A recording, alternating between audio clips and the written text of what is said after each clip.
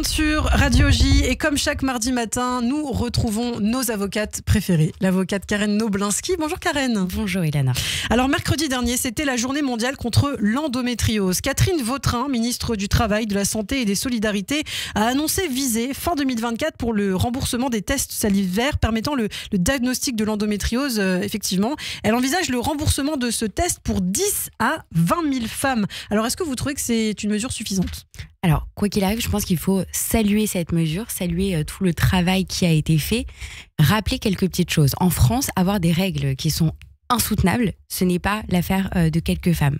Il y a au moins une femme sur 10 qui est atteinte de l'endométriose, qui a été reconnue comme une affection longue durée depuis janvier 2022. Et nous ne pouvons que saluer le travail de recherche qui a été effectué. Il y a eu beaucoup d'argent qui ont été investis dans la recherche au cours des dernières années. Le travail des chercheurs du CNRS, le travail des services spécialisés dans les hôpitaux partout en France et le travail bien sûr associatif qui a été mené. On peut que saluer cette avancée immense qui va permettre à beaucoup de femmes d'être finalement détectées et on sait combien la détection de l'endométriose est un véritable sujet, un véritable problème.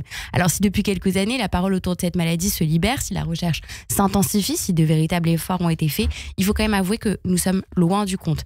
10 000 à 20 000 femmes, c'est déjà formidable, mais espérons que ce n'est qu'un début, car une femme sur 10 est touchée. Je vous laisse faire donc le calcul à l'échelle de la population française et il va donc falloir que ce nombre prévu pour l'indemnisation de ce test qui était évalué à peu près à 1 000 €, donc là pris en charge par la sécurité sociale, il faut que ce nombre s'élargisse au plus grand nombre pour qu'il ne soit évidemment pas restreint à 10 000, 20 000 femmes et il me semble que c'est le souhait du gouvernement de pouvoir l'ouvrir au plus grand nombre de femmes. Alors effectivement, on parle de ces tests salivaires qui permettent de détecter l'endométriose. Qu'est-ce que vous souhaitez proposer, vous Karen, pour accentuer la prévention ?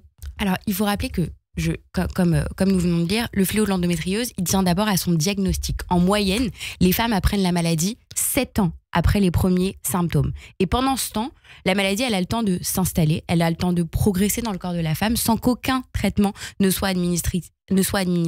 C'est un temps précieux qui est perdu à ce moment-là, alors que l'on sait que l'endométriose est aussi l'une des premières causes de stérilité féminine, même si toutes les femmes atteintes de la maladie ne sont pas forcément touchées en leur stérilité. Mais à défaut d'être identifiée tôt, elle peut se révéler des années plus tard. Et une fois que la femme présente des difficultés pour avoir un enfant, lorsque le diagnostic tombe, il arrive que parfois, il soit trop tard. Alors, la sensibilisation à la détection de l'endométriose, c'est une urgence de santé publique et il me semble important de le rappeler tous les jours. Et c'est une réponse forte que nous apporte ce test en premier lieu, mais on ne peut pas en rester là. Il va falloir du temps pour que ce test puisse être généralisé à toutes les femmes. Alors qu'est-ce qu'on fait en attendant que ce test soit généralisé à toutes les femmes ? Premièrement, il est important de favoriser l'accès à l'information. Et à l'instar de campagnes qui ont été efficacement menées par les pouvoirs publics. Je pense, vous voyez, Ilana, à Octobre Rose pour le cancer du sein, je pense au dépistage du cancer de l'utérus, je pense à ces situations où beaucoup d'entre nous reçoivent des courriers chez nous, pour nous rappeler de faire un dépistage, pour nous rappeler d'être attentive à la détection de ce type de maladie. Il apparaît fondamental aujourd'hui de favoriser l'accès à l'information sur ce fléau sociétal et c'est pourquoi une campagne nationale de sensibilisation à l'endométriose doit être déployée avec force, avec pédagogie sur l'ensemble du territoire pour tendre la main à des jeunes filles, à des femmes qui souffrent de douleurs sur lesquelles elles ne peuvent pas forcément mettre des mots et donc sensibiliser la population tout entière au diagnostic de l'endométriose. Et d'ailleurs, puisqu'on parle d'information, on a vu la semaine dernière ces images de députés qui ont testé un simulateur de menstruation, donc de règles douloureuses et impactantes. Oui, effectivement, on les entendait dire, ça fait super mal en fait.